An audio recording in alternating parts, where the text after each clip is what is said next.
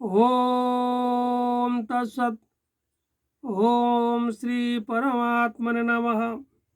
ओम नमो भगवते वासुदेवाय। श्री गुरु गोविंदाय नमः। समस्त गीता प्रेमी दर्शक बंधु मोर नमस्कार।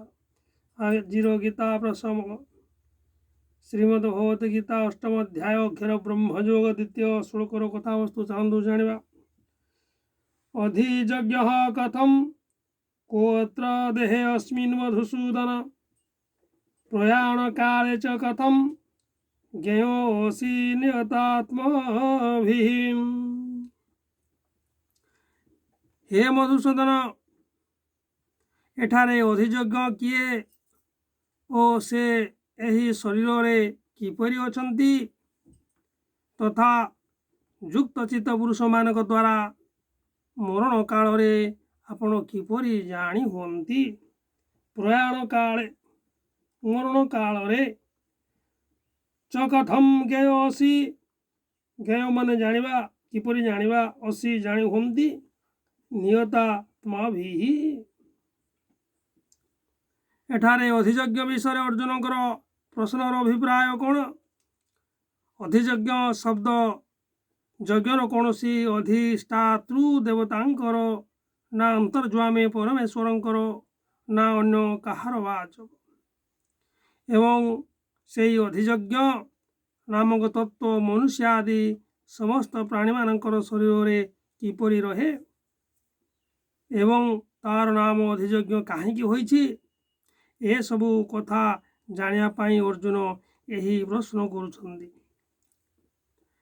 नियतात्मभिः ର तात्पर्य कौन तथा अंत काल आपण किपरि जानी हुंदी एही प्रश्नर भाव कौन? प्रयाण काले च कथम। भगवान सप्तम अध्यायर 30 श्लोक युक्त चेत सह पद प्रयोग करी जो पुरुष मान लक्ष्य करथिले सेमानक पई एठारे नियतात्मभिः पद प्रयोग करी अर्जुन पचारुछन्ति। युक्त चेत सह पदरे आपण जो पुरुष मानक विषय कहउछन्ति सेमाने अंत काल निज चित्त को आपण ठारे किपरि लगाई आपण को जानी पारंती।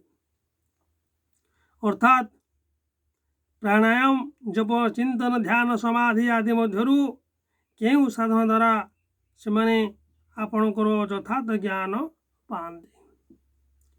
अर्जुनकर 7टी प्रश्न मध्यरु भगवान वर्तमान प्रथमे ब्रह्म अध्यात्म और कर्म विषयक 3टी प्रश्नर उत्तर आगामी श्लोक क्रमशः संक्षेप कहउछन्ति। श्री भगवान उवाच अक्षरं ब्रह्मं परमं स्वभावोऽध्यात्मम् उच्यते भूत भाव भवकरं विसर्गः कर्म संगीतः कर्मनाशरे कथित हुए। कर्मनाशरे कथित हुए।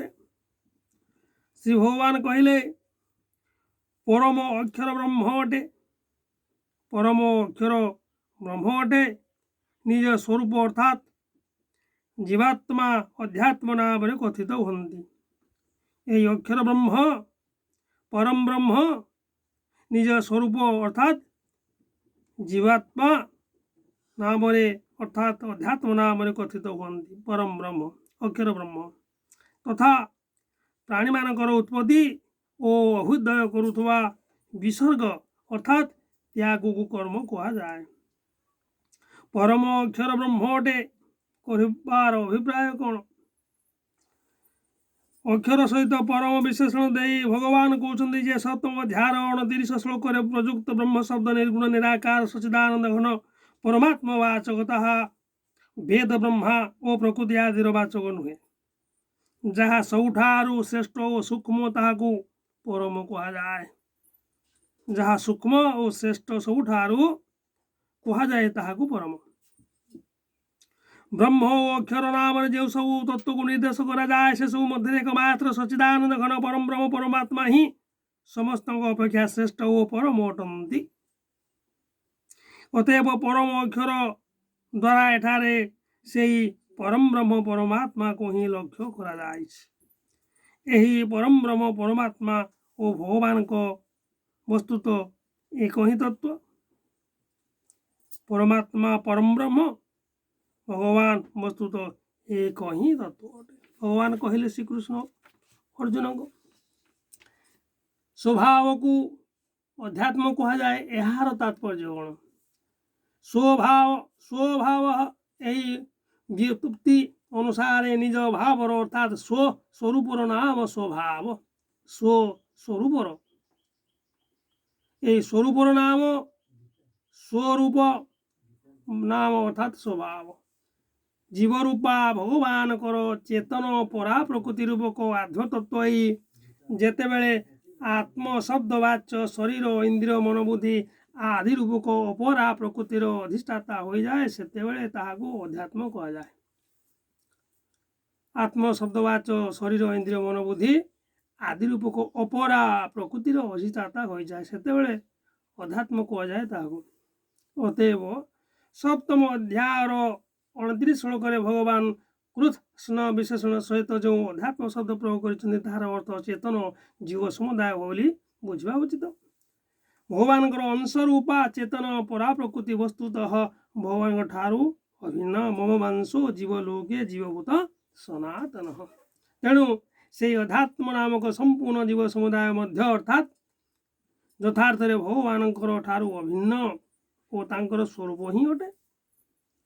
भूत मानकर भाव को उत्पन्न करुवा विसर्ग को अर्थात ताहाको ही कर्म कह जाए यार तात्पर्य कौन भूत भूत शब्द हो चराचर प्राणी मानकर वाचक जो त्याग द्वारा से भूत मानकर भाव उद्भव उद्भव हुए जहाँ सृष्टि स्थितिर आधार से त्यागर नाम ही कर्म महाप्रलय विश्वर समस्त प्राणी निज निजर कर्म संस्कार सहित भगवान ठारे विलीन हो जाती पुणी सृष्टिर आरंभ में जिते बड़े भगवान मु एक रु अनेक हो जीवी बोली संकल्प करती भगवान भगवान जिते एक रु अनेक हो जीवी बोली संकल्प करती सेतेबेले पुनर्बार से उत्पत्ति हुए भगवान ही आदि संकल्प ही अचेतन प्रकृति रूपक जोनि रे चेतन रूपक बीज स्थापन करे यहाँ ही जड़ चेतन संयोग यहाँ ही महान विसर्ग विसर्जन एवं यही विसर्जन बा तार नाम विसर्ग यहाँ द्वारा प्राणी मानकर विभिन्न भाव उत्पन्न हुए